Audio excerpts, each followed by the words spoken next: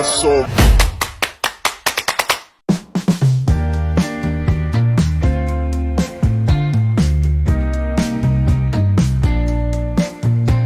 Assalamualaikum warahmatullahi wabarakatuh. Waalaikumsalam warahmatullahi wabarakatuh. Apa kabarnya anak-anak sekalian? Baik, Ibu. Sebelum kita mulai pembelajaran pada hari ini, ada baiknya kita berdoa terlebih dahulu. Kepada salah satu yang bukan saudaranya kita, silakan pimpin doanya.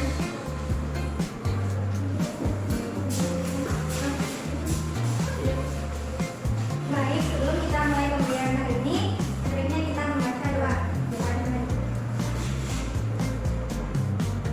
Amin. Terima kasih kepada Amira. Sebelum kita mulai pembelajaran, Ibu akan mengakses terlebih dahulu untuk mengecek kehadiran kalian. Bagi anak-anak yang disebut namanya, silakan menunjukkan namanya. Diana Aprilia, Ibu Amira, Ibu Yastika, Ibu Anais, Ibu. Nah, Ibu rasa semuanya itu sudah hadir. Apa ada yang tahu pembelajaran kita pada hari ini itu apa? Tidak tahu. Nah, Bu. Jadi pada hari ini kita akan mempelajari mengenai pantun. Wow. Pantun.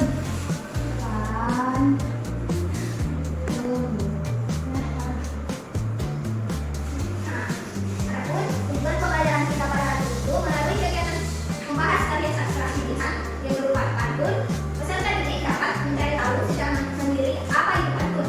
Yang kedua, peserta didik dapat membuat pantun. Jadi pada hari ini anak-anak akan mencari sendiri secara berkelompok materi mengenai pantun dan akan membuat pantun bersama dengan kelompoknya. Nah, karena anak-anak sudah duduk secara berkelompok, jadi yang depan ini kelompok 1, di belakang kelompok 2. Nah, Ibu akan memberikan sebuah contoh di papan tulis. Silakan diperhatikan dulu.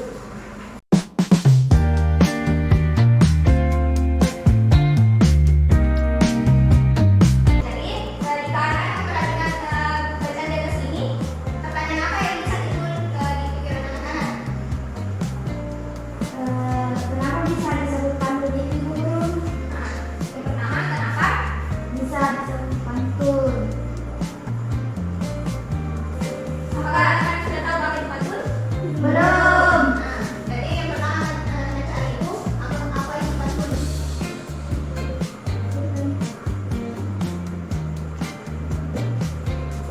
Kenapa bisa disebut pantun dan kenapa memiliki 4 baris? Nah, kan kebetulan sudah diberi arahan untuk membawa alat elektroniknya masing-masing. Jadi silakan dicari bersama teman kelompoknya mengenai 3 pertanyaan tadi. Apa itu pantun? Kenapa bisa disebut pantun atau ciri pantun yang dicari? Dan kenapa pantun memiliki 4 baris? Silakan nih berdiskusi dengan teman kelompoknya. Iya kan kemarin sudah disuruh anak elektronik sangat pandai lah sebenarnya di sini.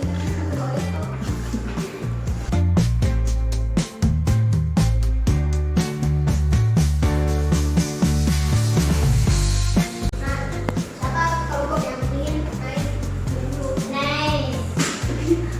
Silakan kelompok anak-anak dan Yastika. Baik, Bapak Ibu. Iya. Latihan yang mana?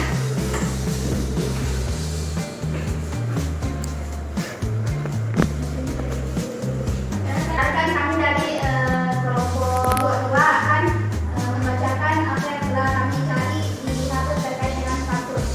Jadi saya akan membacakan apa itu pantun. Jadi teman-teman, pantun itu adalah bentuk puisi Indonesia atau Melayu yang tiap baitnya biasanya terdiri atas 4 baris bersajak AB.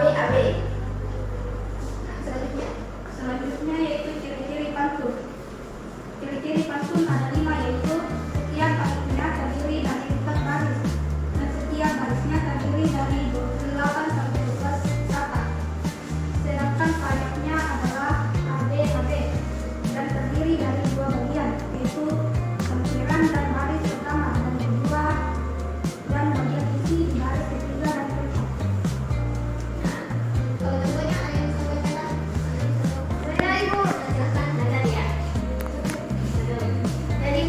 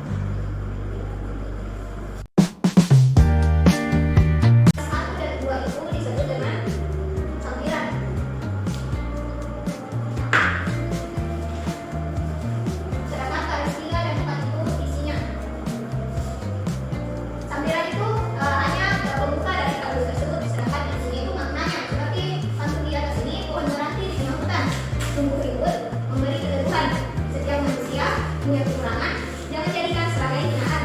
Jadi dalam bab ini kita diajarkan untuk saling menghargai kekurangan masing-masing, karena setiap manusia itu pasti punya kekurangan. Jadi jangan dihina orang yang memiliki kekurangan. Baik itu. Kita sudah mempelajari secara berkelompok mengenai apa itu pantun. Sebelum menutup pembelajaran, ibu akan memberi refleksi kepada kalian. Kalian itu sudah memahami mengenai materi yang telah diberikan.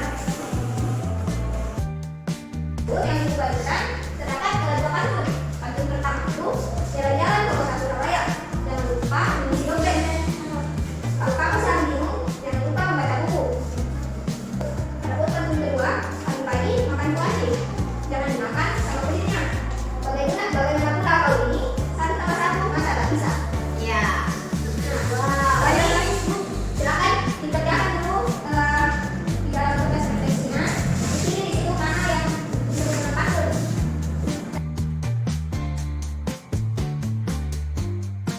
Siapa yang bisa naik menjelaskan jawaban yang telah diisi di tugas refleksi? Kepada Ibu, naik silakan menjelaskan. Tadi hasil kerja dari analis. Silakan dibacakan. Jadi menurut saya kedua jenis pantun ini pantun yang pertama tadi sudah dibacakan oleh Ibu, dan pantun yang kedua ini seperti dibaca di pantunnya ya. Silakan dibaca saja pantun satu kedua yang bisa disebut dengan pantun. Kalau pantun satu itu bukan disebut, tidak bisa disebut pantun karena tidak bersajak AB.